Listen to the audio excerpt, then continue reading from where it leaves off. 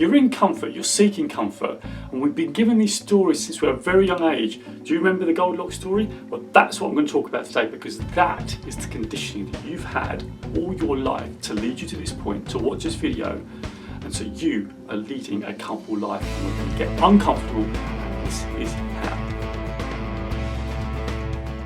Welcome back to another week in the InspirationNation YouTube channel, Jay and Coach Technology. My name's Joe Noya and I want you to live an inspired life every single day. And today we're talking about your comfort zone, the Goldilocks zone. Have you ever had the story, the Goldilocks zone? The story where Goldilocks sees a house, she goes into the house, she tries some porridge, right? There's a hot bowl, a medium, like a nice warm bowl, and then there's a cold bowl, right? She goes in, she tries the first bowl, it's really hot. Okay, and we know the story because she just switches bowls and goes to the one that's more comfortable, right? That's just right. Now we should really look at the hot bowl.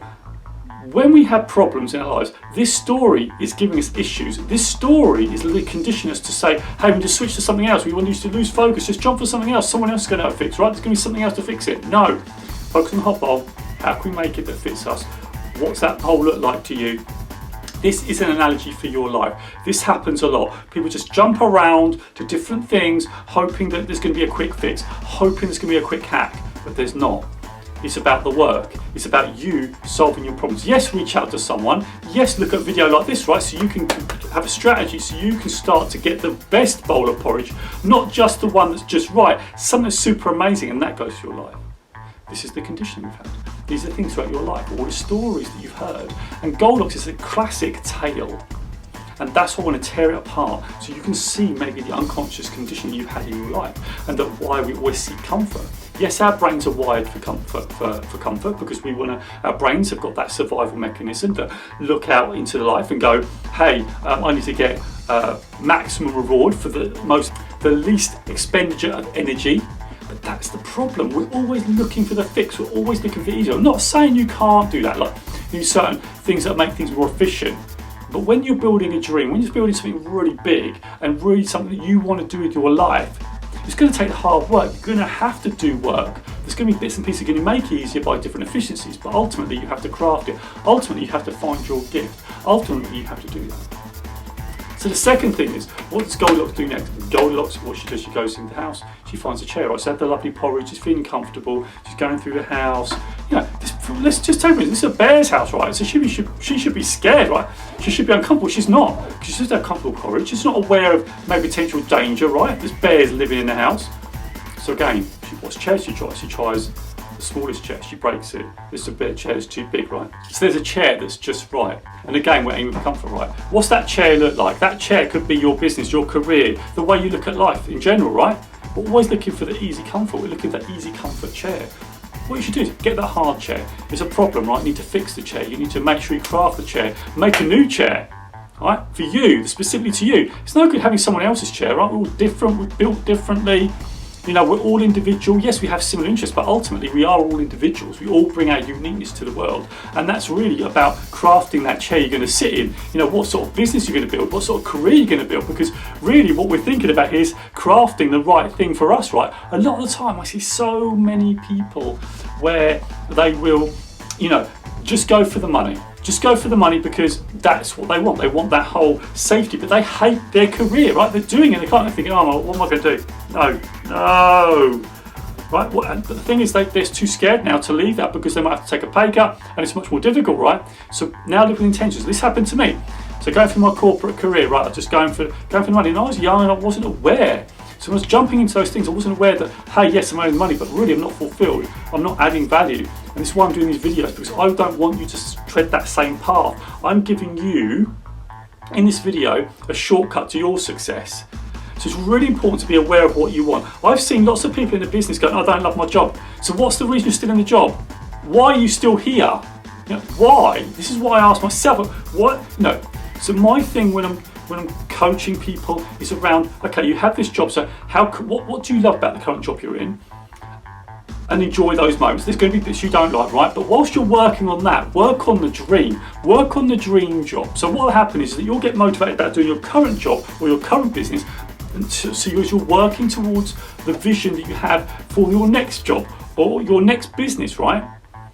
And then you get excited because now you start to do the job that you don't really like better, because one, you find meaning in it because you know that there's skills and difficulties that you can transfer into a new job or new business. And secondly, you know you're building something, you're making progress, because a lot of the time people are not happy because they're not making progress. And it all comes back, if we circle back round to the Goldilocks story, okay? All this come out of not sitting in the right chair, right? Just taking someone else's chair. It doesn't fit quite right, does it? Have you ever been in an office, or you've been to someone, you sat in a chair, you sit and you think, you've got to adjust it, right? You've got to adjust it, you've got to pivot it. It's not right. And that's what we've got to be careful of. And that's what Goldilocks do, is sitting in a comfortable chair. And really, is that the right chair for her? Probably not. If we could talk to Goldilocks now, she'd probably say, well, you know, I just found that chair because it was the most comfortable, right? It wasn't too hard. The other one was just broke, it was too small. And this one's just right, but just right just means okay. It's all right. It'll do. It's not too, you know, it's just okay. We don't want just okay here. We want bloody amazing. That's what we want. That's what we're after. Happiness is the game. Just all right, just right is okay, is it? Yeah. And when you get challenges, when you get challenges, it's around those things. So a couple of things to think about. Let's just recap a little bit here. So Goldilocks goes for the porridge, right? We know we need to make the porridge better, we need to solve that problem. We get the chair, we need to craft our lives, we need to make sure we craft it in a way that's going to fulfill us, right? So we've got two lessons here that we can strip apart, tear apart and think, hang on, I've been conditioned for this. Through these stories I've been told, how can I now use them to empower me, to remind myself that actually, no, that comfort isn't good. And again, I'm not saying you don't enjoy the moment, right? You get success, enjoy the moment, but you should have a big, scary vision that you're striving towards. It should never be ending, because it should be infinite. It should be continuing to live it, a life of purpose and meaning. So let's go for the third part of the story. The third part of the story is the bed one. Now, we all have beds, don't we? We have a bed, we go there, we sleep, we rest and things like that. So she finds one bed's too hard, right? One bed's too soft, and one bed's just right. Is it though? So things to talk about is, one, we talk about the comfort of the bed. It's probably just an okay bed, right?